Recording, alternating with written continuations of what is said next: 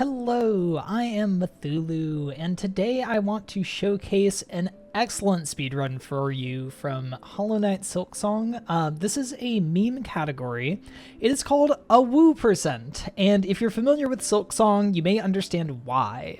This run also can be called All Fleas. The goal of the run is to save every flea in the game and get the reward for doing so. It's not too long of a run, usually coming in a bit over an hour and a half RTA, sometimes under as well.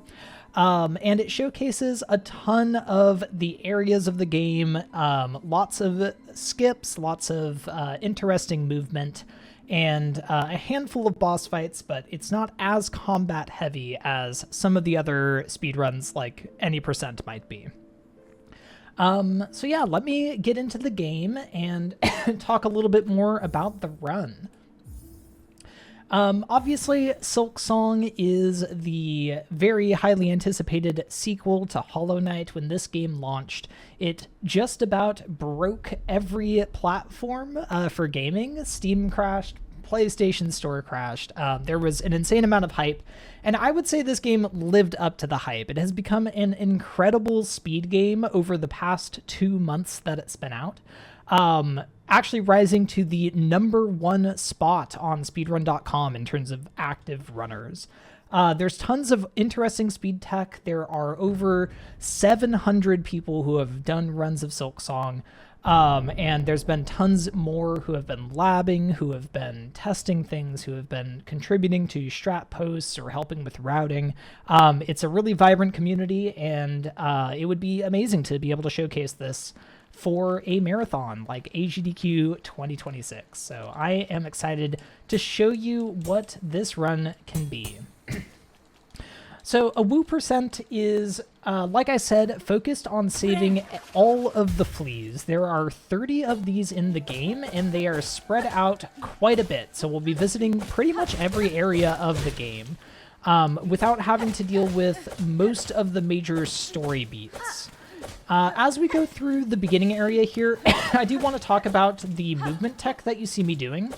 I am using the diagonal pogo from the very starting crest, the Hunter's Crest, to speed up my movement quite a bit. So the Hunter's Crest has this diagonal pogo, which can often be a bit of a problem for some of the early platforming when people play this game casually. But it's also a very quick way to move horizontally before we pick up the dash ability. So by repeatedly pogoing, we save kind of a ridiculous amount of time over just walking. Hornet walks very slowly, but pogoes very quickly. There's a couple variants of this tech, but to do this tech properly, you actually need to let go of directional inputs whenever you're hitting the ground. There's an easier version where you simply jump a bit higher and don't have to worry about that, but we will go for the faster version for most of the early game of this run. The tutorial area is luckily pretty straightforward for the first couple of minutes. We have about 10 minutes until we reach dash, and the movement will change substantially, but there's a lot of things that we need to do along the way. So in particular for Awoo%, we aren't just focused on reaching the major story beats. We need to make sure that we can access all of the movement abilities and also all of the areas. So I'm going to be a little bit deliberate about getting a little bit of extra money here in the early game so that we'll be able to do that later. In particular, we're going to need to purchase a lot of fast travel. All right, and that is the first boss of the game done. That's Moss Mother. Definitely not the hardest boss, and kind of shows off a little bit of what will happen to some of the fights in this game. We have already optimized quite a lot of the boss fights. Moss Mother, of course, is not too tricky of a fight. We can just wail away on her, but some of the fights later, we have some pretty complicated strats to make sure that we can save as much time as possible. All right, and we reach our final tummy ache section here, and we pass out next to the chapel maid, we're going to be mashing through a lot of dialogue here, and you will notice that I am running the game in Chinese. That saves a lot of time to really every other language, but especially to English, which is one of the slower possible languages to run in. So over the course of an Awoo % run, we save over a minute by playing in Chinese instead of English. All right, the Chapel Maid gives us the first major goal of the game. The goal is to reach the Citadel. We do actually care about this goal. It will mark the end of the first act of the game, and all of the fleas does require us to head into Act 2 to be able to save them all. That is where we'll end, though, so we don't need to worry about too much once we get enough story progress that we can get all of the movement abilities. Here we're moving through really the first major area. Moss Grotto was a bit of a tutorial area, but this is the first real area, and you'll notice that the number of spikes has increased dramatically. That is a trend that we will continue to see. But we're going to do our first major skip here, and this is called the Beastfly Pogo. This enemy here is called a Beastfly. I'm going to try to lure them a little bit higher. That should do it. There we go. Perfect. We need to lure that Beastfly up so that we can pogo them and skip up to this room. This skips about half of the first area of the game, so quite a bit of time save early on here.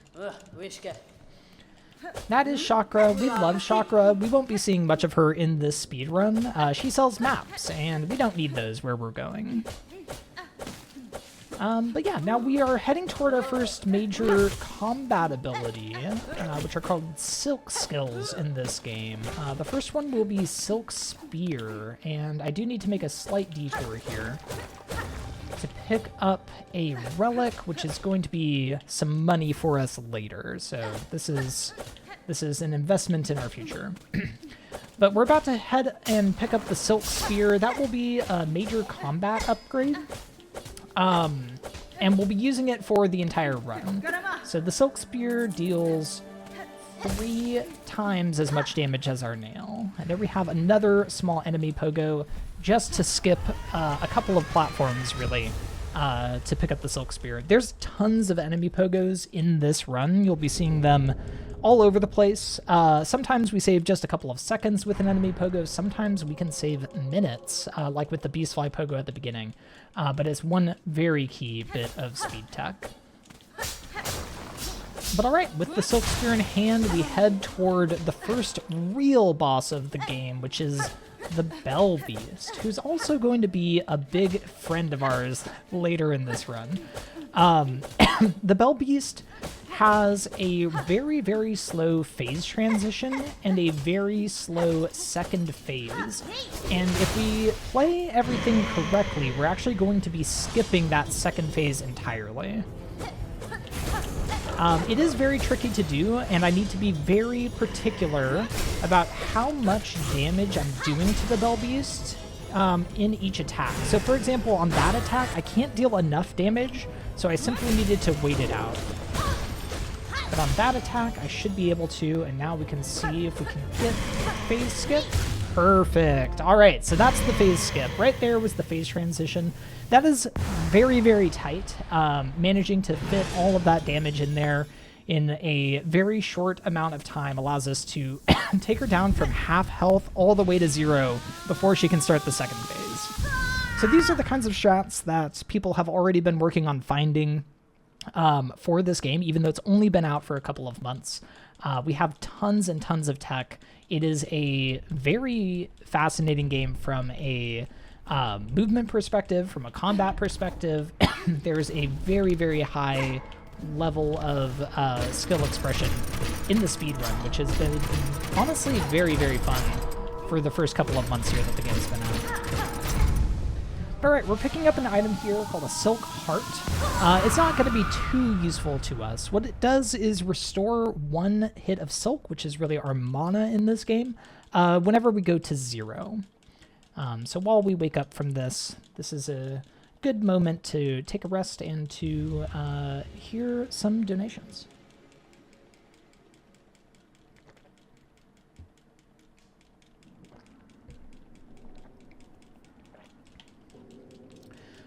All right. Now that we wake up from our lovely little cutscene, we can just leave in peace. Wait.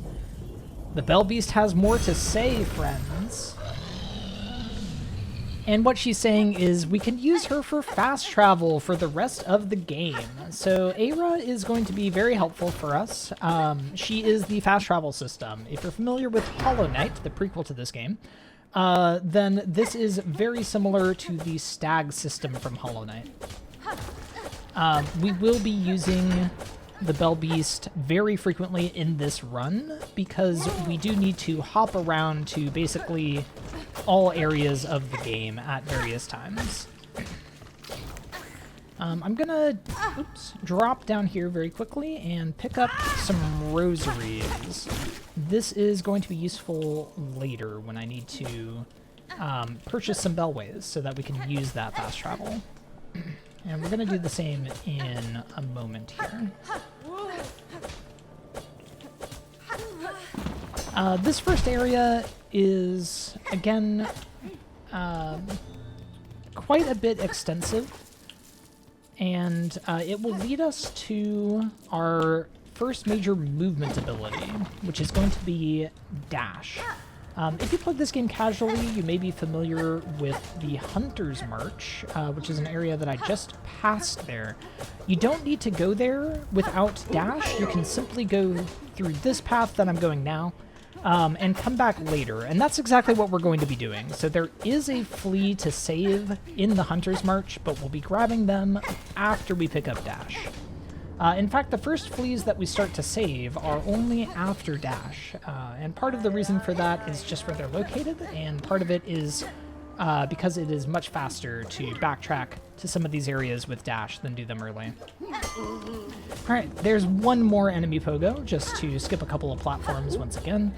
As you can see, as I move through here, we already have the pogo movement, but we also are occasionally mixing in some enemy pogos just to save a little bit of time on a platform or two. And that kind of thing is very, very common in Silksong, like that right there.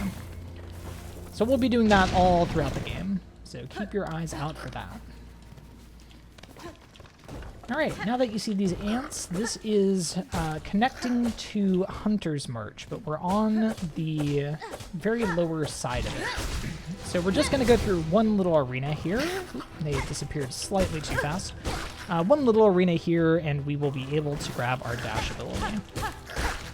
In all of these arenas, we are keeping careful track of how much damage we deal to various enemies. And once again, the spear does 3 times as much damage as a needle swing. So we will be using that throughout the game. But luckily in Awoo percent, there is not as much combat as there is in some of the other speedruns of this game. Because this run is more focused on simply moving around to various areas and occasionally some difficult platforming gauntlets to save a particular flea.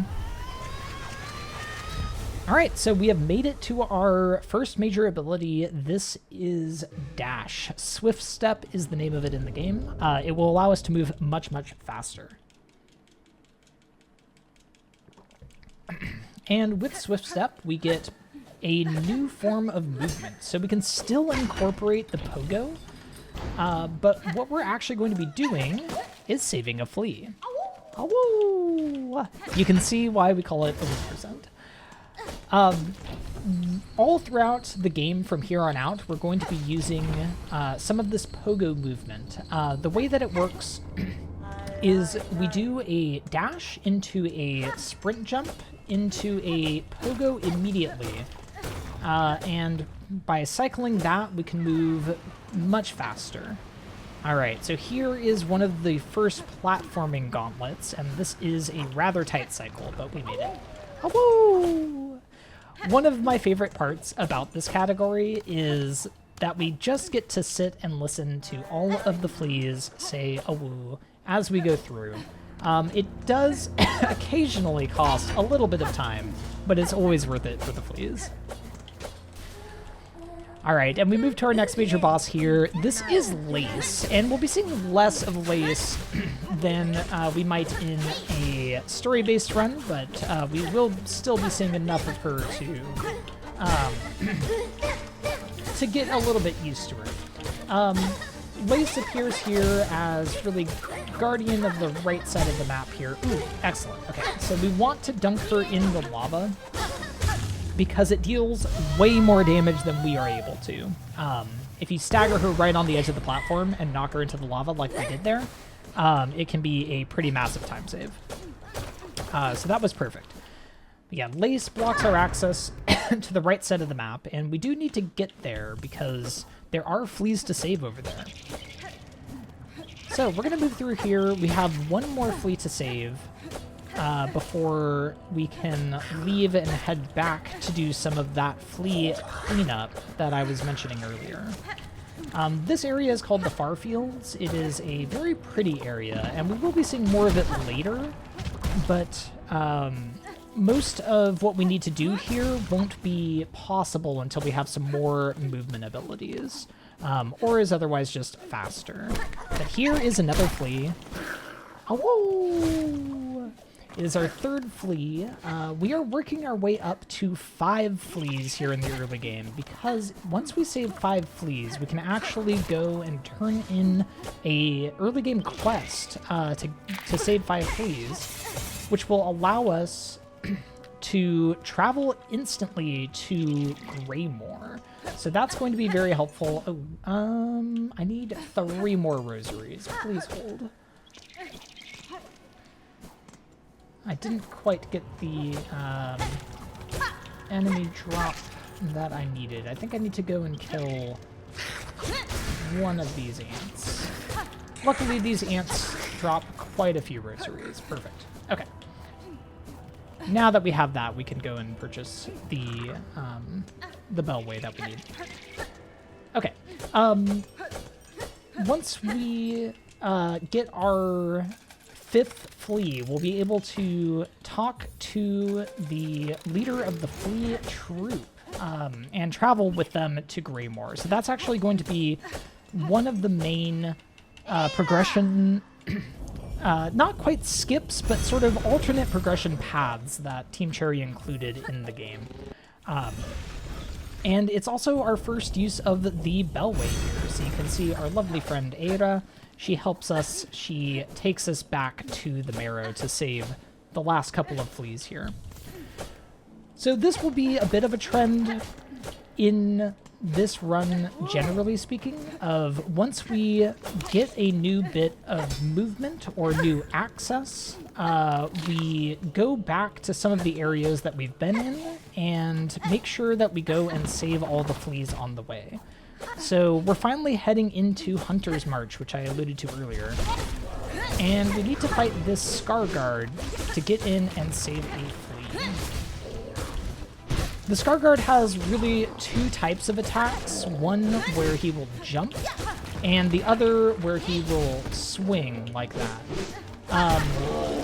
Both deal double damage, so we need to be very careful with the Scar Guard. In fact, even walking into them deals double damage, so it's very, very easy to have some troubles, especially if you try to come here before you pick up Dash.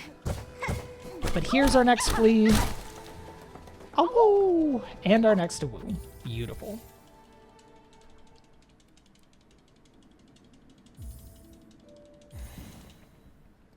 We have one more flea to save.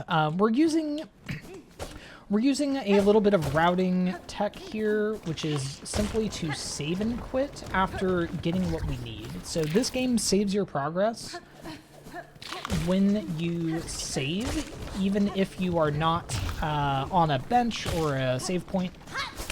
So we are able to save and quit to return to our last bench while retaining progress. You'll see me using that all throughout this run. There's a lot of save and quitting. That was our 5th flea, and we come down here to meet the flea caravan. So this is Mushka. We love Mushka. Mushka tells us to go and save 5 fleas, but we've already done it. So we'll be able to instantly turn this quest in and head with the flea troop to Greymore. So there I was picking up the quest, and here I was turning it in. And with a little bit more dialogue, we can agree to travel with the caravan. And we're going to be doing this 3 times in this run. This is perhaps my favorite cutscene in the game. I love this. We get to sit with the fleas and simply enjoy their company as we travel with them all the way to Greymore. So this allows us to get instantly here without having to go through the rest of Greymore or pick up the Drifter's Cloak first. And we will be picking up the Drifter's Cloak later on, but delaying it here saves us quite a bit of time. So right there I talked with Grishkin, another of the fleas, and picked up an item called Flea Brew. This is the only tool that we're going to be using in the run, but it is extremely helpful. What it does is it increases our movement speed and also our attack speed. I won't be using it too much in the beginning of this run, but I will be using it a lot more later. So we're still doing our Pogo Dash movement. Once we start using Flea Brew, it will actually be faster just to sprint with it, which is very, very helpful. But for now, we head on through Shellwood. We don't have the Drifter's Cloak, so we need to be a little bit more precise with some of our platforming, like that right there. But everything is still quite doable. So we have another arena here. Once again, I'm going to be trying to be as careful as possible. I need to be very careful here because these enemies deal double damage. Okay, excellent. Trying to be a little bit careful there, but once again, we are counting hits to make sure that we are dealing exactly the right amount of damage to every enemy. Like I said, there are a handful of arenas in this run, but for the most part, we are focused on movement and a handful of skips that you'll be seeing later. Alright, so now we head into the rest of Shellwood, and we have a moment before the next skip, so this is a reasonable time for a quick donation.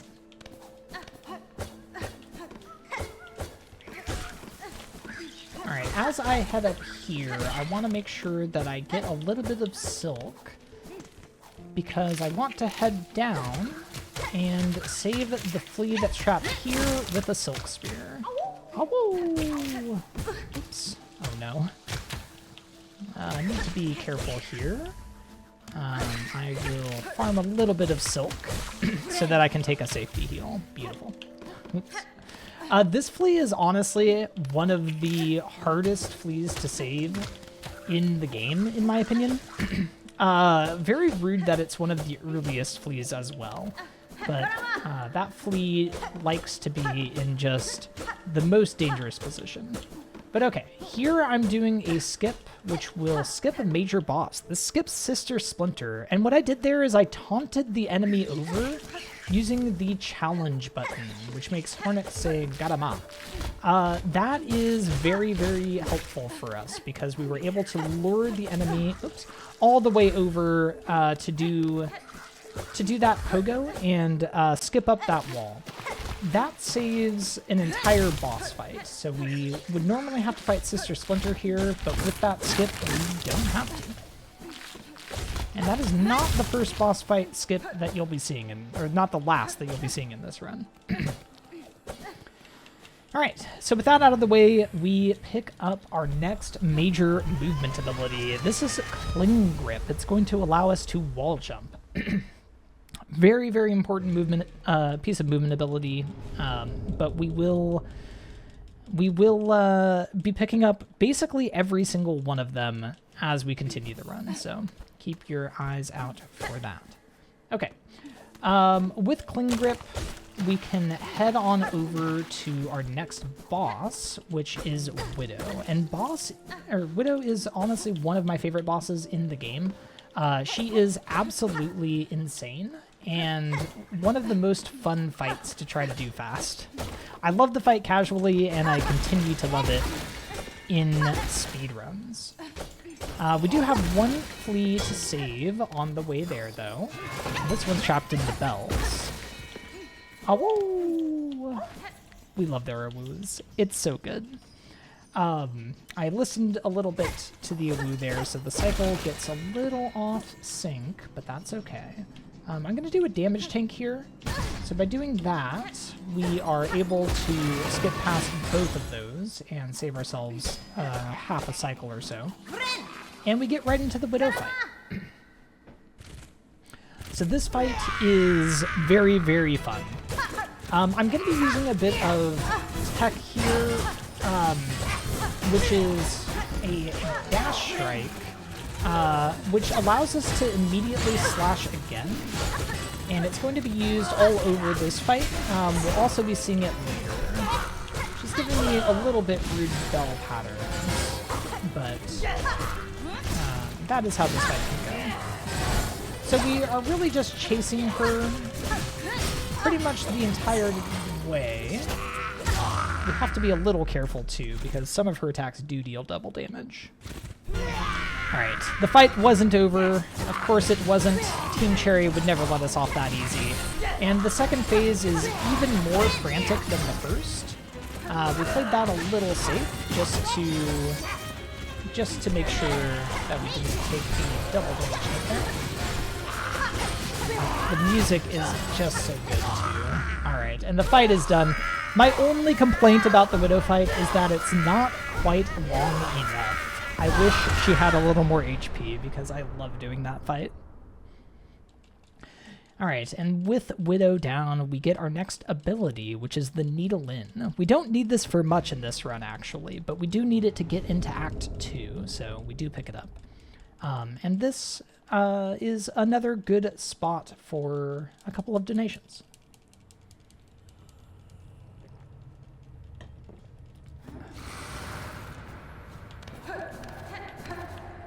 Alright, so we have another one of these dream sequences here. We have to do a bit of platforming, and we're taught how to use our Needle In to open one of these doors.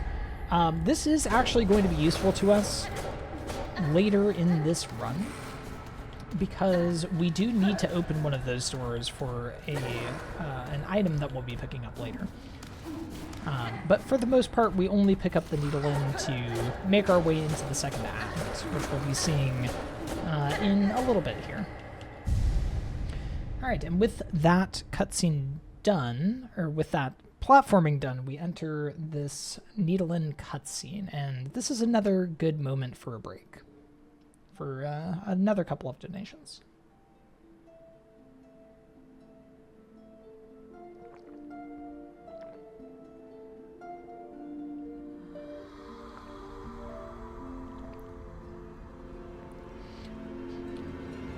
Alright, so with Widow down, we are able to continue on with the rest of the first act, and there's a lot that we still need to do before we're ready to move on to the Citadel and the second act of the game. Part of that is going to be cleaning up a couple of fleas that we have not yet saved, but more importantly, we're actually going to be doubling back to the far fields to grab the Drifter's Cloak ability finally. So now that we have Cling Grip, and more importantly the Needle In, we can go and get our Drifter's Cloak and take a small detour while we're there to pick up a very important item called the Silk Speed Anklets. Those are going to allow us to move much faster throughout the run, and they will save quite a bit of time as the run goes on. But before we head there, we need to stop by the now restored Bellheart and chat with a couple of the NPCs here. We're going to sell a relic to the Relic Seeker Scrounge here, and I want you all to listen to the lovely sounds that she makes. I love Scrounge's voice acting. It's so very good. All of the voice acting in this game is fantastic, but this is certainly one important piece of it. We will also stop by Plenty here and pick up a needle upgrade. There isn't a ton of combat in the rest of the run, but there is enough that this needle upgrade is still worth it. That's fine. So we will be picking that up, and we will now head on down to the Bellway. So this is the fast travel system. Once again, we're going to open this Bellway. In this run, we're going to open, honestly, a majority of the Bellways in the game. Getting around with this fast travel is very, very important with the amount of backtracking that we do. All right. So we head back to the far fields here. I am going to be heading down to the Seamstress to pick up the Drifter's Cloak quest. This is... Oops. This is one of the more RNG sections of the run, but it's very, very important because a couple of the fleas are locked behind these float drafts that you can see around me now. So we talk to the Seamstress, and we go ahead and pick up the quest. She will ask us to go and get 25 flexile spines. We have to go collect those from enemies in the room to the right. We're going to do that as quickly as possible. But that's not all we'll be doing over there.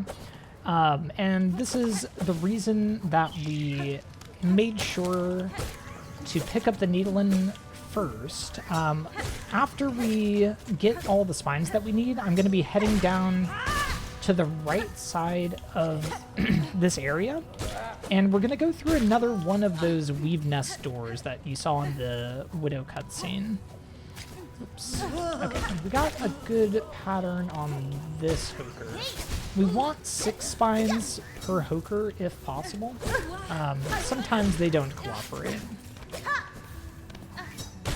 But luckily we've come up with some good strats for handling some of the different spawn possibilities. Alright, so we have a few more to get, and then we'll be heading over to the right to go and try our luck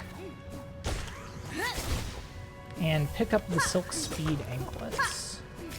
And that will be a massive boost. There we go. That is the last spine. You can tell we're done because the quest text turns yellow in the corner. And now I can head over here to this weave nest. So here we see another one of these doors. With the Needlin, we are able to open this. So this is the main reason that we delayed our Drifter's Cloak. We have to run across all of these tiles here. And it will open a little pedestal here with a lovely tool for us. The Silk Speed anklets will increase our movement speed, and for the rest of the run, we won't be using the Pogo Dash movement tech. We will instead be able to just sprint. The downside with these anklets is that they do use silk, so we have to be careful with our silk collection in certain parts to make sure that we aren't using too much for movement. But now we can turn in the Drifter's Cloak or turn in the spines and pick up the Drifter's Cloak. This is our next major piece of movement, and we will be using it in a handful of places throughout the run. Most importantly, there are a couple of fleas that we will need. We will need the floatability to save. Alright, but with that out of the way, we are going to be heading over here and fighting our next boss. Or perhaps just leaving the arena. So the boss there takes a moment to spawn, and actually even after they're spawned, we can just leave. The arena doesn't lock us in, so we can actually just go ahead and walk right out and head on back to the Bellway and not ever have to worry about them again. That's called Fourth Chorus Skip. It is a little bit tricky.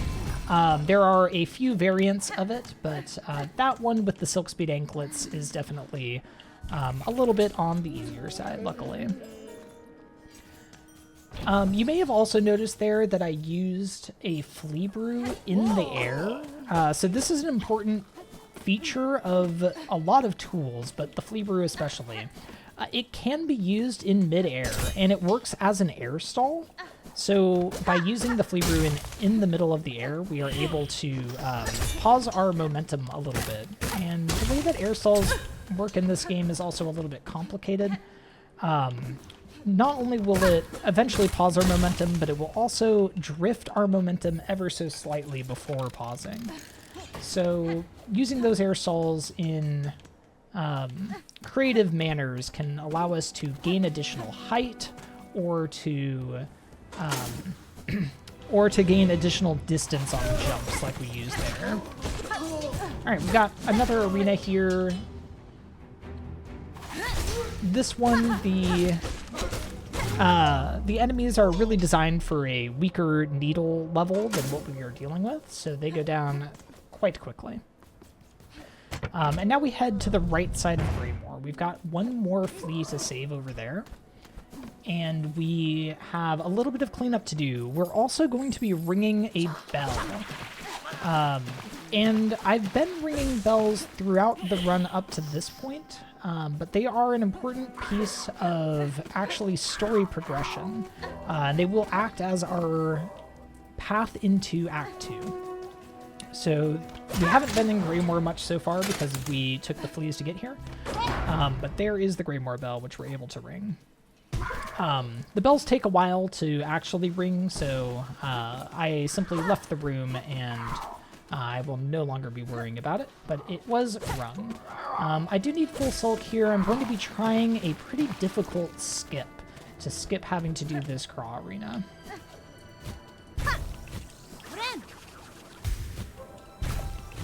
All right, beautiful. So you can see there I used multiple flea brews for air stalls, and I also used a heal in midair as an additional air stall. This allowed me to get a ton of extra distance and make it to this flea. Awoo! For one more awoo. Okay, and with this we do a routing save and quit, so we're going to be using a lot of these throughout the run. This takes us all the way back to that Bellheart bench we sat on, and we can head to the left to finally make our way toward the Blasted Steps and the Citadel. We do have one more flea to save on the way. These enemies are really fighting me, but that's okay. We do have one more flea to save on the way, but that flea is located in the Wormways, so we're going to be dropping down to there. Also, now that we have the Silk Speed Anklets, we can use our Flea Brew for movement more efficiently. This really makes us zoom, and it is one of the more fun parts of this speedrun. We can use that Flea Brew in any segment where we're going to be running a lot, and we can just absolutely fly through the area. But all right, here we have one more bell to ring. This is the 5th and final bell, and we will now be able to fight the last judge when we get to them. There are multiple different routes into the Citadel, and last judge is only one option.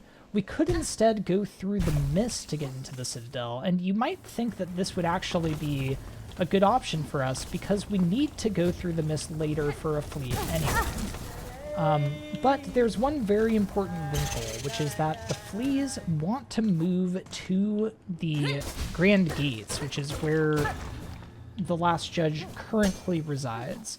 And until we defeat the last judge, we can't actually move them there. Oh!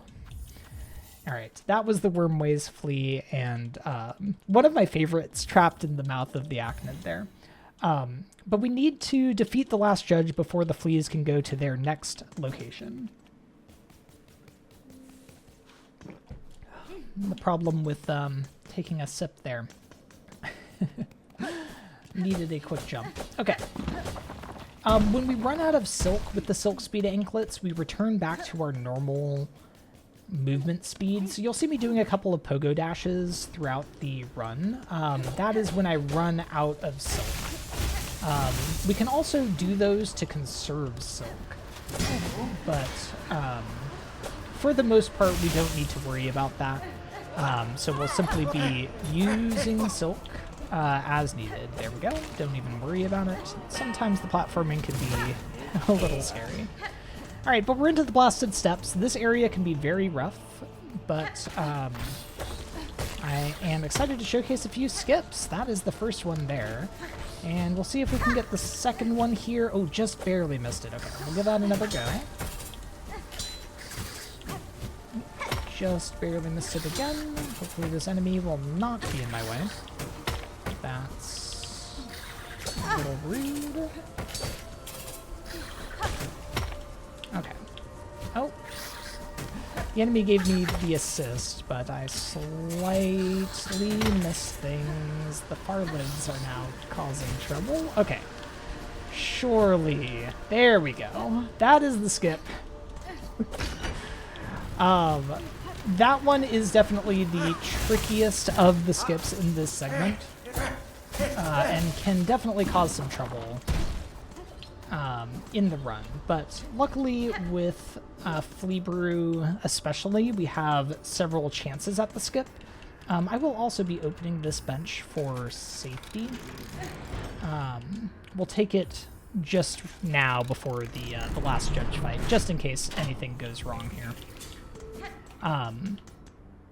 But yes, Blasted Steps is one of the most skip-dense parts of the run. It's definitely very tricky and one of the tougher parts to perfect. But it's very, very fun once you start to get those skips down. Alright, so we make our way to the next boss. This is the last judge. So by ringing all those 5 bells, we're able to play our needle in here and spawn the last judge in. She is very unhappy with us, actually, and will do her best to stop our access to the Citadel.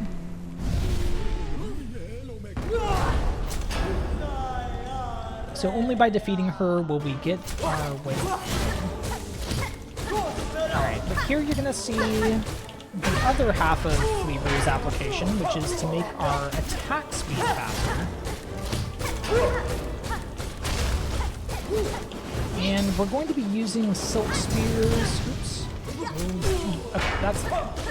We're going to be using Silk Spears when far away from the judge. That was an unfortunate pattern, but that's the reason that we take our safety bench here. And we get to see Sherma.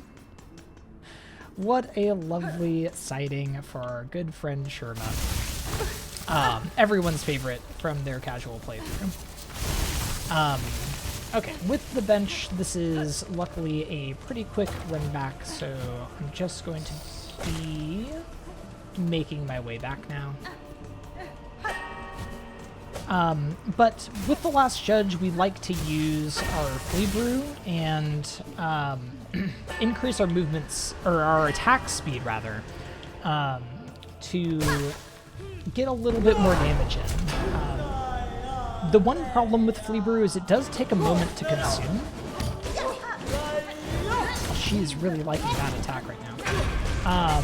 So ideally we would use it when we are when we are far away from her. She is using nothing but that spinning attack, I promise. Alright, this is the phase transition. We can be a little bit more aggressive. So when we're far away from her, we try to use the Silk Spear. And when she doesn't give us a moment, we can pop the Flea Brew. Now we have to be careful with the Flea Brew because it also increases our movement speed, which can be a little bit tricky when you're in the middle of a boss fight. Because moving too quickly can sometimes also get you killed. But alright, there's the last judge. She's definitely sometimes a difficult barrier, but luckily it goes down pretty quickly with the speed strats.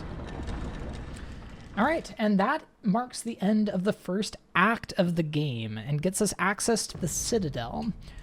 Which will more importantly give us access to the final movement abilities and the final areas that we'll need to save all of our good friends, the fleas. So we head in here. We have a few segments up ahead, but this is a relatively calm movement section, so would be a good place for a couple of donations as well.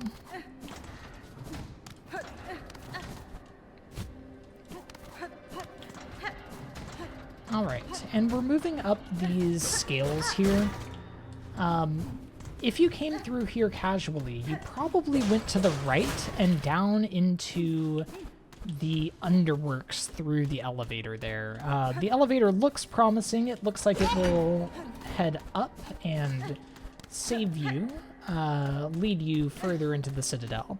But the elevator crashes down and you're plunged into one of the more punishing areas of the game, the underworks, where you have to deal with lots of difficult enemies and, even worse, benches that cost money to use every time you use them. Luckily, that is completely skippable if you just scale up the Grand Gates instead, and we can enter the Coral Chambers immediately. Alright, there was our second and last Lace sighting for this run. Lace likes to pop in, but we will not be progressing the story enough to see her again. So we've gotten her welcome into the Citadel, and other than that, we are moving on. Alright, as we move up here, I am going to be taking a bench at the top of this room. And this bench is going to be important for us for routing purposes. So I'm going to be quitting back to this bench in a moment. Here in the Citadel, we have a few things that we're going to need to do, including saving several fleas. But first thing that we need to do is actually head on over to the slab. And I'm going to take a quick path down here for a little bit of additional money. There is a hidden secret here. In here is a heavy rosary necklace. That is worth quite a bit of money, so we take a small detour to pick it up. But I want to head into the slab because we will need to be returning here later. So what I'm doing right now is actually just a quick detour to go and open the bellway. So that when we have the movement and the items that we need, we're able to return here quickly. So this takes just a moment, but then we will return to our Citadel progress. Now, you may be familiar with the slab from a casual playthrough from a place where you... This enemy is fighting me. There we go. A place where you actually get captured and sent to. We can do that in this run, but it is much slower than just walking here from the Citadel. And that is why I grabbed those rosaries. Beautiful. All right, so with the slab bellway unlocked, we can head back to the Citadel immediately. So getting captured does get you into the Citadel and gives you access to one of the fleas in there.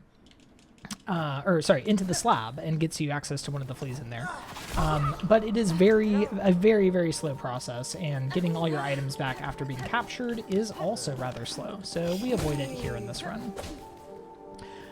Instead, we simply save and quit back to the Citadel, and now I can head on up and go save all of the lovely fleas that are trapped in here. First of them is over this way. Awoo! You have to be careful to move. Oops. Did not mean to down dash there. That's okay. You have to be careful to move a little bit slowly as you leave some of these rooms, and the reason is that if you're too fast, you won't hear the Awoo. And that obviously is the most important thing to us here in this run. Alright, so we continue moving through the Citadel, and we have one more flea to save, hidden behind a secret here. Luckily, we don't need to deal with most of the enemies here. We can simply save our fleas and leave. Awoo!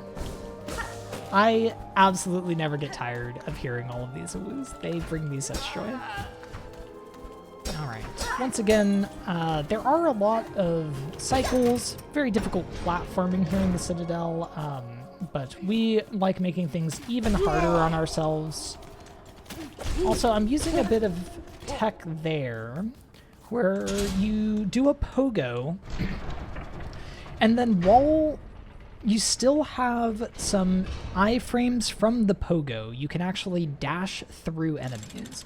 It works as long as the enemy is small enough, and there's a few places where I will use that tech. Oops, did not mean to get the...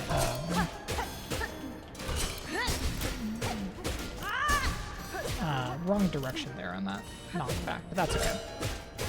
Alright, this boss is an absolutely incredible boss. This is the Cogwork Dancers, and I absolutely love the fight. It is very, very enthralling. One of my favorite fights casually, and it remains a very fun fight to do quickly. These dancers do not share a health pool, so we want to really just focus on one of them while we're fighting. I'm also using a little bit of tech during this fight, which is a spear wall cancel. So if we're near a wall and we use a silk spear, when it bounces off the wall, it actually stops the animation. That was unfortunate. It actually stops the animation of the spear and saves us a bit of time. Alright, with the third phase done, we've destroyed one of the Cogwork Dancers, but the other one has one more fight for us.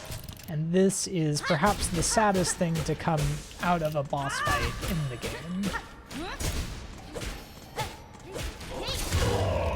It honestly breaks my heart, but it is a beautiful thing nonetheless.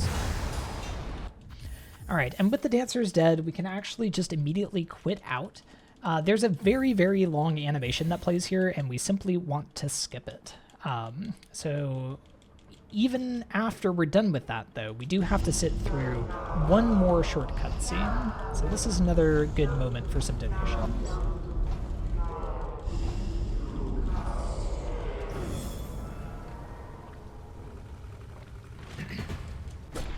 Alright, so that was the game telling us what the very important objectives are here in the second act of the game. We aren't concerned about that. That's not where the fleas are. So instead, we are simply going to go and collect the movement that we need and save all of our lovely fleas. So we are traveling through Cogwork Core here. This area has some very difficult platforming. Ooh, unfortunate there. The cog pogos can be a little rude at times. So some very difficult platforming here, but most of it we will not be seeing. We only need to get through here to head into the Whispering Vaults. And our goal right now is to go and pick up the Claw Line ability. Claw Line will be our next major piece of movement. It is a grapple or harpoon ability that gives us quite a bit of extra movement opportunities. But we do have this arena here in our way to worry about. Make sure that bell thrower doesn't kill me. I love and hate so many of the flying enemies in this game. Things can be quite hard to manage sometimes with the bell throwers. But once again, we're just trying to be very deliberate about how much damage we're doing to every enemy. And I'm also trying to conserve Silk a little bit here. I'll take the heal here, which is slightly unfortunate, but that is okay. Because this next area is going to lead into another boss. Alright, but now we head into the Whispering Vaults, and this area actually holds one of my absolute favorite bosses, at least in terms of the character themselves, if not necessarily the boss fight. But before we head over there, I just need to make a quick detour to move a couple of blocks for later. But we're heading to the stage, and we're going to go and see perhaps my favorite character in the game, a lovely individual by the name of Trobio! I love Trobio. This is probably my favorite character in the game. And it's also a very, very fascinating boss fight. It can be quite a bit chaotic and quite a bit random at times, but it is a lot of fun. In Awoo percent, this is probably the hardest boss fight, and it's close to the last. Trobio is going to be our access to the claw line ability, which we will need to save all of the fleas. Once again, I am trying to be... Oops, missed my pogo there. I'm trying to be careful here as we fight Trobio. Things can get out of hand very quickly in this fight. Most of Trobio's attacks deal double damage, including those balls and the fire that they spit out, and also the tornado. And basically anything you see other than walking into Trobio deals double damage. So with only 5 max health, we do need to be quite careful with it. That was strange. But I'm trying to use my spear as much as possible, especially if Trobio goes against a wall like that, for those wall cancels that we talked about earlier.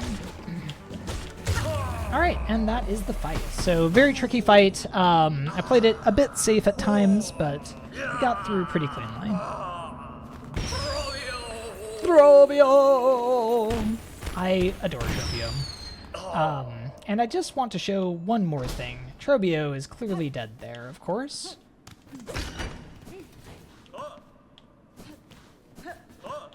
Trobio is just playing dead. When Hornet moves off screen, he flops back down, or when she moves into screen, he flops back down, and he peeks his head up to see if we're gone. Otherwise, it is one of my favorite small details in this game. Alright, so with that done, we're heading into the Underworks. With Silk Speed Anklets, we can zoom, and that zoom also applies to the movement in the air. And it makes those kinds of segments just very fun to be able to just fly on down. But we're finally going to go and save another flea. It's been too long, I think. So we have a little bit of a gauntlet here. Awoo! And a little bit of an Awoo. Got to be a little careful here, not to get into these exploding enemies. Okay. So with that flea saved, we can head on over to Claw Line. Just barely beat that cycle. Excellent. Which is our next and nearly final movement ability. So a little bit more platforming underway. This is the grapple ability, and it will give us a lot of options for movement, both on the ground and in the air, which is honestly excellent. So with Clawline, there is a tutorial to the right here to teach us how to use the ability, and there's a speedrun tutorial to the left to teach us how to use the ability. By repeatedly air stalling with floats, you can basically not lose any height while repeatedly casting Harpoon. We are actually going to be using that later on, because there are a few locations where that's going to be important. So we'll be calling those out as we get to them. Alright, and we have this arena here. Just being a little careful with some of these kills, but we get through it nice and cleanly. Okay, so with Clawline, we can get out of the Underworks, and we are actually done here fully in the Underworks, so I am simply going to hop up onto this elevator and climb back up this shaft and head to the Grand Bellway. Clawline was the main ability that we were missing to go and do Mount Fay earlier, which is right next to the slab.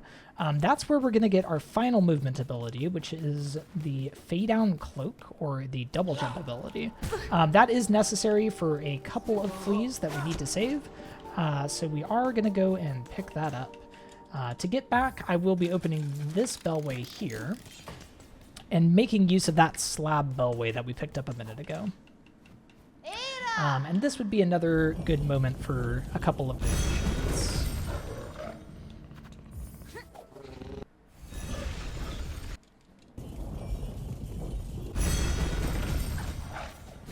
All right, so as we get back to Mount Fay here, there's a couple important mechanics to talk about. And the first is the cold. So you'll notice that Hornet's health will turn blue, and Hornet will also start looking like she is... Oops. Hold on one second.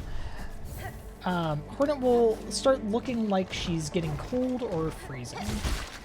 If we are not careful, Hornet can start to take damage, but for reasons that will become apparent in a moment, sometimes we actually want to take that damage. This platforming can be a bit tricky. Casually, it is often one of the hardest platforming segments in the game, especially because of that cold mechanic, which is timed. But as we get to this platform, you're going to be seeing, honestly, a strategy that many casual players may have attempted without perhaps fully executing on it, and that is setting up a cocoon skip. So we're intentionally dying here to the cold, and the reason is we're going to be using the cocoon that Hornet leaves behind on her death as a method to skip about half of the mountain. So you'll be seeing that in action here in a second. We have to redo this platforming on the way up. And I will be stopping for warmth in the convenient lamps that are placed. But once we get back up here, we get to do a pogo and make use of that lovely harpoon tech I was talking about earlier. And by doing this, we have skipped the entire left side of Mount Fay. We're also going to take this secret bench here and head on up. So that saves a couple of minutes in this run. It's a pretty big skip. All right, we have a little bit more to do here. Please ignore that. There we go. But we are nearly at the top of the mountain, and when we get there, we'll be getting our last movement ability, the Fay Down Cloak. Alright, just a couple of platforms to go. There we go. I was not expecting that wall jump, but we got it. Alright, and this is the final slope, so we come up this draft, and we get to meet a very good friend here.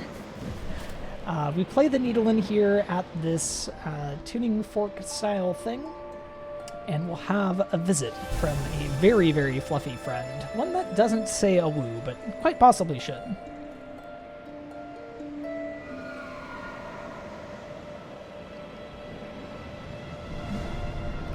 And this is another good moment for a couple of donations.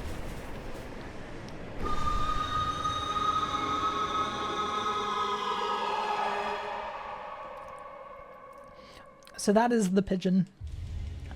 They give us the ability to double jump, which I will generally refer to as wings.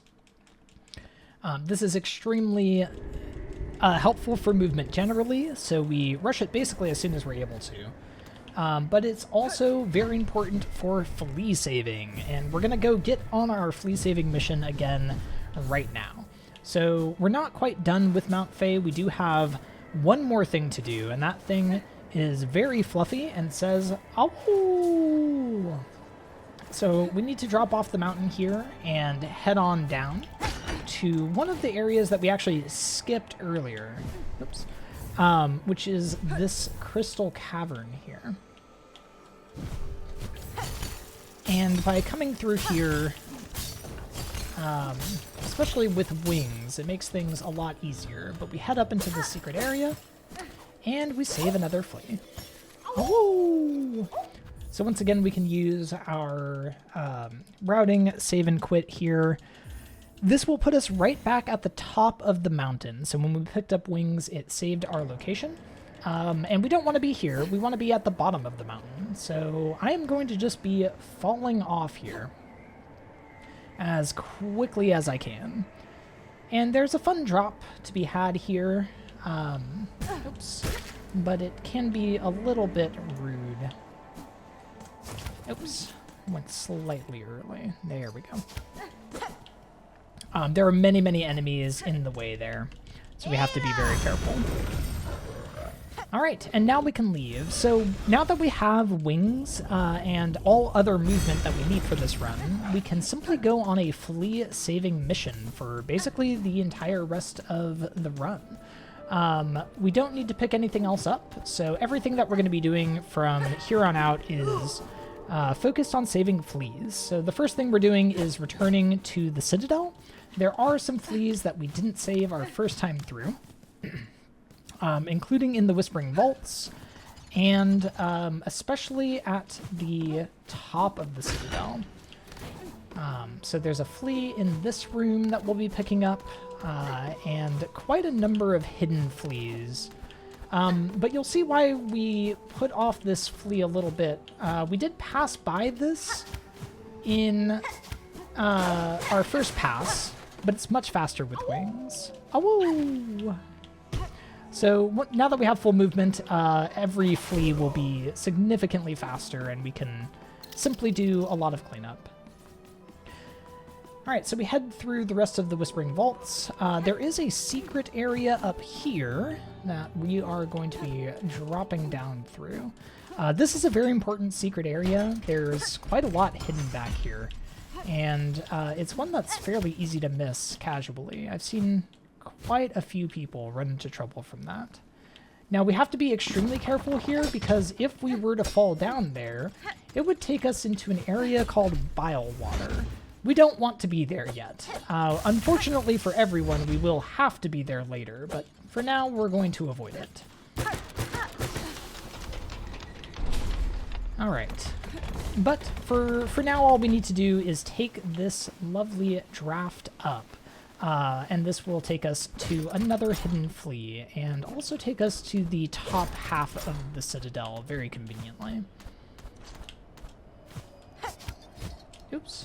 I dropped my flute there, but not a big deal. Alright, and once again, there's some platforming here. Awoo! But with wings, a lot of it becomes more trivial. So we can do this technically before we get wings, but it's much, much faster after.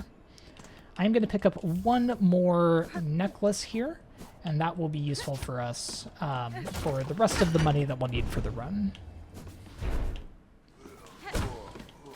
All right, so now we head back on up and through another couple of secrets to this area, which is Songclave. But we won't be creating the city in this run. We have no real need for it because there are no fleas there. So instead, we're going to take a detour and head on up to the Memoriam. Now, I'm going to be taking a safety bench here. This is convenient both for making sure that if anything goes wrong, we have somewhere to quit back to, and also for routing later. But right now, we're heading to probably my single favorite flea in the game. This is colloquially known as the Big Flea, and you will see why. I really enjoy this this entire segment, honestly. But the Memoriam can be a tricky area, so we just want to be a little bit careful as we go through here. Sorry, let me reload this room. That Volt does double damage, like most things in this game. Alright, so we've headed up to the very top of the Citadel. And this is the Big Flea. The Big Flea is a confused friend. We do need to help them break out of their, you know, just woke up out of a nap grumpiness. Awoo. But they are a friend, and we will be seeing them later in much friendlier contexts. I love the big flea, probably my favorite flea. All right, so because I took the safety bench earlier, I'm able to do a routing save and quit here, slightly faster than walking back down. Oops. And now we're just gonna head on through the rest of Memoriam. And one thing that you'll see a lot in this run especially is we go through a lot of secret areas. The fleas tend to be in these hidden locations. So we do go through quite a lot of secrets. We'll use Flea Brew there. That is a very movement-heavy section. But we are entering an area called the Putrefied Ducts, and this area is terrifying. It is very, very easy. Oops. Very, very easy, I say, to be caught by some of these large enemies, and if you do, things can go wrong very quickly. I am going to be taking a bench here as a safety. Luckily, these benches are not hard to route in, especially this one since it's right next to the bellway. But with this safety bench, this area becomes much less frightening. But yes, the Putrefied Ducts is cousin to the more famously hated Bile Water. We'll be seeing that area later, and you'll understand why it's hated. But I hope that seeing all of this can tell you why this area is hated. We do need to make one small detour here, which is to this lovely lake here. This is a small, calm section of the Putrefied Ducts, and it's actually probably the most important location for this run, because that will be the eventual home of the fleas. That will be where Fleetopia is. In order to have Fleetopia, we do need to... Oh no. Nope. Okay. We do need to actually see that lake. All right, I have to be very careful here. We are on 1 health. So getting caught... Oh no. And that's the reason that we take that safety bench. Getting caught by those things does not actually cause any... does not actually cause any damage on its own, but getting caught high enough that you get... eaten by them causes double damage, so we have to be very careful here. But luckily it's not a very long run back, especially with that skip that I just did there.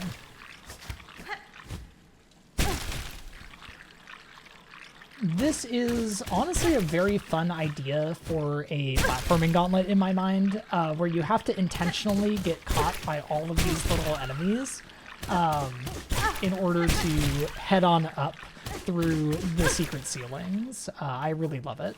But that's where Vogue resides, and Vogue is a character that would be very helpful to us normally. But, oh, I did not yet pick up the apostate key. Please hold. Vogue is normally very helpful to a casual playthrough. She sells maps of where all the fleas are. Luckily, we already know where they all are, so we don't need to worry about that. And I'll just be summoning the Bell Beast very quickly here. We have one more thing to do in this area. And it is pick up an item called the Apostate Key. Strictly speaking, you don't need the Apostate Key. That's okay. Okay. This room is terrifying. Strictly speaking, you don't need the Apostate Key in order to save all of the fleas, but the other option is to get captured and sent to the slab, so this is certainly faster. So that key is going to give us access to the other half of the slab that we will be saving one flea in. Alright, so we return to this lab here. I'm going to take this bench here for routing, and we are going to save a very sleepy flea. Awoo! Oops. And now we can head on up to the main part of this lab. So this is where we need that apostate key. Luckily, this is the only key that we need. In this lab, I don't need to do really any of this lab, but we will go through, once again, a secret ceiling and do a little bit more platforming up to the top. And while we do this, this is another good spot for a couple of donations.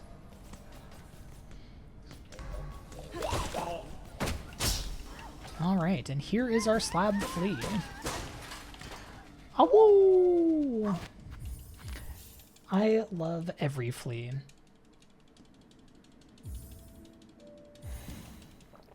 So with the fleas in the slab saved, we can save and quit back to this bench and take the Bell Beast out. At this point, we are more or less doing a tour of the map to go and save all of the fleas now that we have full movement.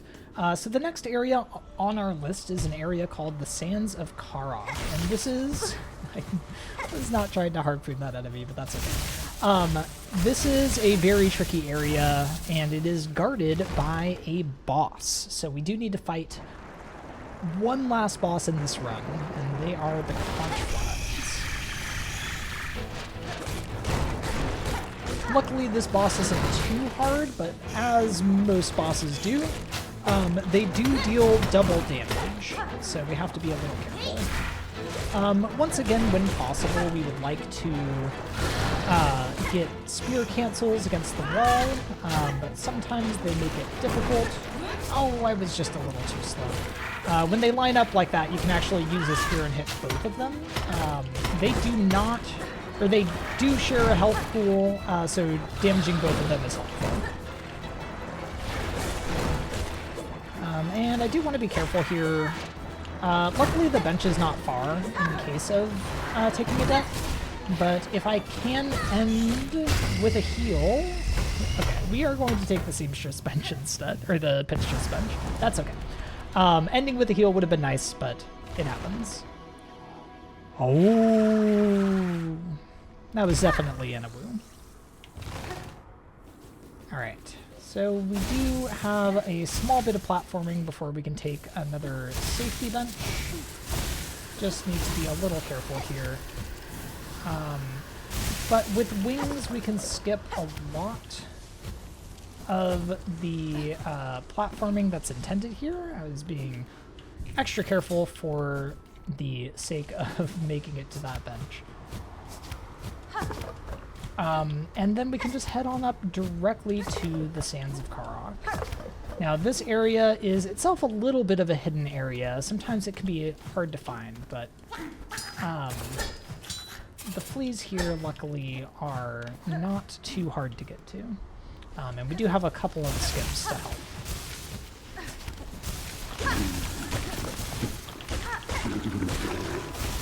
Alright, so the main idea with this area is you have these small platforming gauntlets that start, and they are timed. So when you hit the orbs out of the slots that they're in, like this, it starts spawning platforms at a specific rate, and those platforms will disappear as well. So we do need to be fast with some of this platforming. Sometimes you can skip it, though. This honestly is such a beautiful area. I love the Sands of Karok, even if it is at times very tricky to deal with. Alright, and we're going to save one flea over here. We're going to do a skip to manage it using a couple of flea brews. Beautiful. So that saves probably about 30 seconds. Awoo! And like I said earlier, those flea brews can give you extra height. Awoo! And this is one more flea on our way down to the Bellway. Excellent. Alright, so that's the Sands of Karok, and we are once again leaving to a completely different area to continue our world tour. So we're going to head up here and head to the halfway home. It's going to be a hub for us for just a moment. There's a little bit more that we need to do flea saving wise in Greymoor, but we also need to head to the Wisp Thicket. We also need to head to Bylewater and Sinner's Road and all of the worst places that you can imagine. Alright, and I'm doing another skip here just to save ourselves a little bit of time from having to walk around. You can skip right on up there with a couple of flea brews and a little bit of precise timing. Alright, and again, all of this is possible to do earlier in the run when we have, for example, just Cling Grip but no Fade Down Cloak. Awoo! But it's much faster to do when we have full movement like we do now. Alright, and once again we're heading into a secret area. This is Wisp Thicket. This area is actually not possible to access until you have wings, so this is one reason that wings are hard required in this one. But it's also a place where we would really like to have wings even if we didn't need them. There is one more flea to save in here, and it actually technically is in the Underworks. So we are returning to the Underworks very briefly for this. And I'm going to be trying for a very tight cycle. I just missed it. Okay. If you're fast enough, you can actually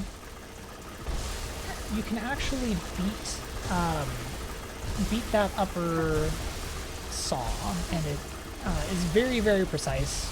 It saves a bit of time. Luckily, it's not too punishing of a gauntlet, and we make it through nice and smooth. Awoo! That is definitely one of the harder platforming sections for fleas in the game, but certainly some of the hardest fleas are coming up now. We're going to be heading into Sinner's Road and eventually Bylewater. But we have objectively the absolute worst flea to save on the way, and that is Krat. Krat is an NPC, so a flea that actually has voice lines, or not, you know, not fully voiced, but has dialogue and some of the absolute worst behavior of any character in the game. We hate Krat. Unfortunately, Krat does count as a flea, so he does make an appearance in this run. But now we head into Bylewater, and, well, Sinner's Road first, but Bylewater soon to follow. And Bylewater is definitely one of the scariest places in the run. In Sinner's Road, it gives us a bit of a preview of what to expect. I need a little bit of help here from our good friend Timothy Chalamet. There we go, beautiful. So we are able to just simply pogo our way up here. That saves a fair bit of time. But Sinner's Road is a bit of a preview for the nightmares that await us in Bylewater. We have to be very careful here. It is very easy to take a lot of damage and to die. And it's hard to fit in a good safety bench for this area too, but luckily the run back itself is not too bad, and it's not too hard to play it relatively safe. Alright, just picking up a heal here so that we don't have to worry about that. And dipping in here for a flea. Awoo! These muck roaches are absolutely evil. I will not be dealing with them if I can help it. Alright, and this breakable wall here leads us directly into Bylewater.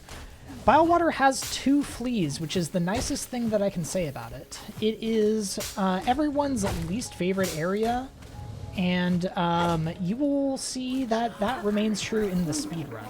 All of these enemies are random. They can spawn in very different places. They can choose not to spawn. They can spawn directly in your path. And they absolutely hate anything resembling a good pace. And these snitch flies can be a little bit tricky as well, but we are through. Oh!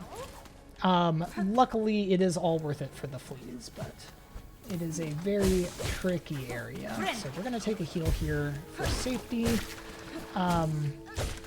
Conveniently, we do get to have a bench in Bile Water before we do really the worst part of it, but there's plenty of difficult platforming and combat in the way. All right, we made it through those Stiltkins. They spawn randomly. It is not a good time, and they can absolutely just jump up right in your path. But again, we are heading to a bench as soon as we can get it. I think you can see for yourself very quickly here why Bile Water becomes a rather hated location, both casually and for the speedrun. To save ourselves from a little bit of exhaustion at Bile Water, we are going to be saving a different flea here, which is located through the mist. And this area is a fascinating area. It is akin to a room randomizer, but with a few distinct rules. So the way that this works is each room of the mist is randomly chosen from a set of possible rooms. Oops. That was unfortunate. And the exit that we need to go through is also randomly chosen. So we have to be very deliberate about how we try to go through the mist. If we take a wrong exit at any point, it will reset our progress. And in order to get out of the mist, we need to go through 6 correct exits, more or less. So this is our third room. That effectively marks the halfway point. So this is the crossing, where we know exactly what we'll need to do. These wraiths can cause all sorts of issues. That one doesn't bother me, I'm happy. But as you can see, the way that I'm finding out the correct exit is by using the Lumaflies that are in the room. Okay, this is the final room, which should mean that the exit needs to be left. It was. Okay, we're good. We're fine. We're through. So we need those Lumaflies to give us the proper exit, and the wraiths try to make that as impossible as they can. But we did make it through without too much trouble, luckily. So now we enter the exhaust organ. This is a very cool area. I forgot. This is a very cool area. I like it a lot, and it has a very fun boss at the end of it called Phantom. But we won't be seeing Phantom at all in this run because we're not here for progress. We're not here to fight bosses. We are here to save fleas, and that's exactly what I'm going to do. So we're heading over to the left instead, and we save this trap flea. Awoo! And we leave. So we don't need to deal with Phantom, as fun of a fight as that is, and we simply head on out.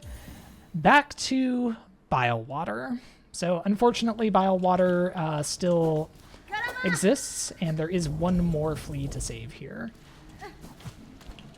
Now, the run back that I'm about to start doing may be familiar to a large number of casual players of this game, and it certainly was a familiar run back to me when I played this game casually. We're going to be taking about 80% of the path to everyone's favorite boss, Grohl the Great. Now, luckily for us, we do not need to actually fight Grohl in this run.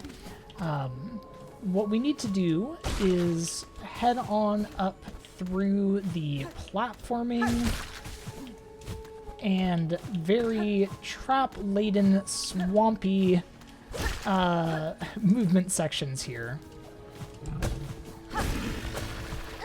And save one flea from their from their bile water fate. So we're doing that as carefully as we can. This area is very tricky. Like I said, the enemies can be very random. They can spawn in your way like that, or like that. And there are lots and lots of traps as well. Awoo! But we can make it through. Luckily, most of the movement is pretty consistent, so it's just a matter of being very careful about the few random enemies that can appear in your way. And with that, we happily bid goodbye to Bile Water. We will not be seeing it again, and not a moment too soon.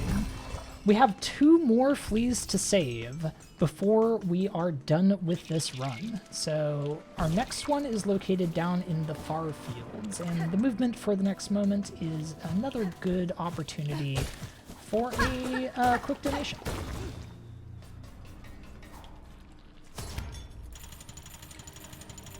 But as we head down here, we are finally able to access this lower section of the deep docks.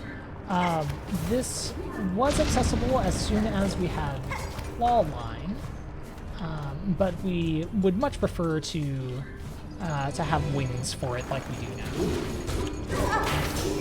Alright, and now we have what I would consider to be one of the hardest arenas in the game. Oh my goodness, I was micro years away from up there. These enemies here are perhaps the worst enemies in the game, and that includes our friends in Bile Water. The main problem with all of them is they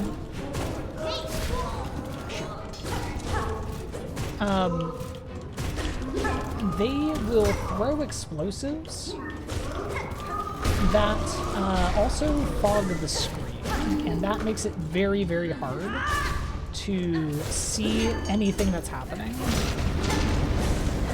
Also very rudely, unlike most enemies, they don't take any damage from their own explosives.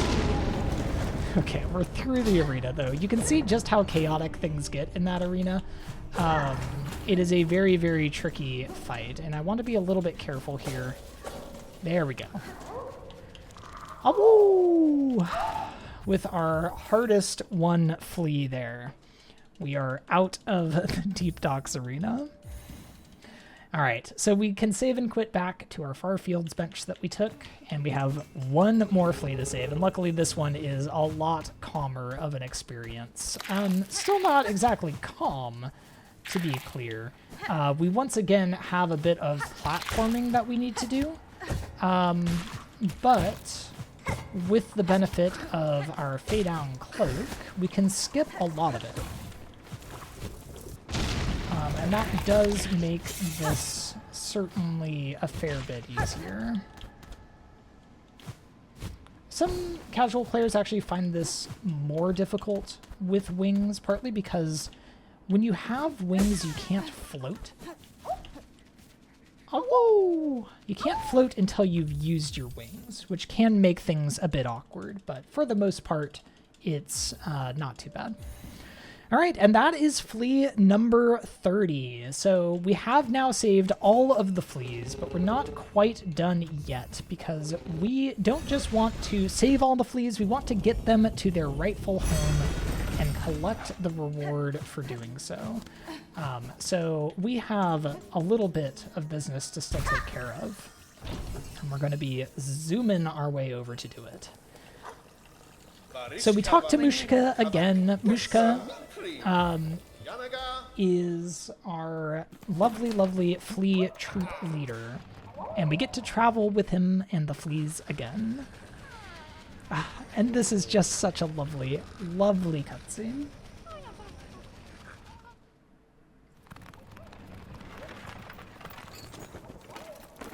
So this takes us to the Grand Gates, where we fought the last judge earlier, and this is the reason that we had to fight the last judge. But this is still not their final location, so we have one more place to go, and we do need to do something kind of strange here. We need to leave the area and then save and quit back. This is so that the game considers that enough time has passed that it can progress the Fleas storyline. So we talk one more time to Mushka, and we tell them about that lovely cavern we saw in that horrible place earlier, the putrefied ducts. And we will travel one last time with all of the Fleas to have a lovely, lovely trip there. I absolutely adore these cutscenes. They are so, so good.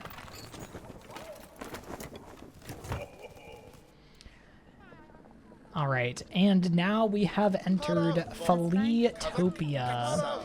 Fleatopia is an absolutely beautiful place, and we'll see it just a little bit more, but that there is time. This is the final location for the Fleas, and they all get to hang out and celebrate their peaceful, happy location, as long as we ignore everything to the left of here. These Fleas are adorable, and I absolutely love this. And we can even play our needle-in for them. And get them all singing together. This is just such a beautiful run. I love obviously the end state with all of our Fleas here. I love all the Awoos throughout the run, and I am a big fan of all of the movement and all of the fun platforming we get to do as part of this. I think it's a very, very fun run to showcase, and I hope you enjoyed it as much as I did. We love all of our Awoos here. And if you don't think this is the cutest thing, then I simply do not understand. But yeah, thank you for giving this a watch. That is the end of the run, and I hope that you enjoyed this showcase of Awoo%. It is one of my favorite categories and just such an excellent time overall.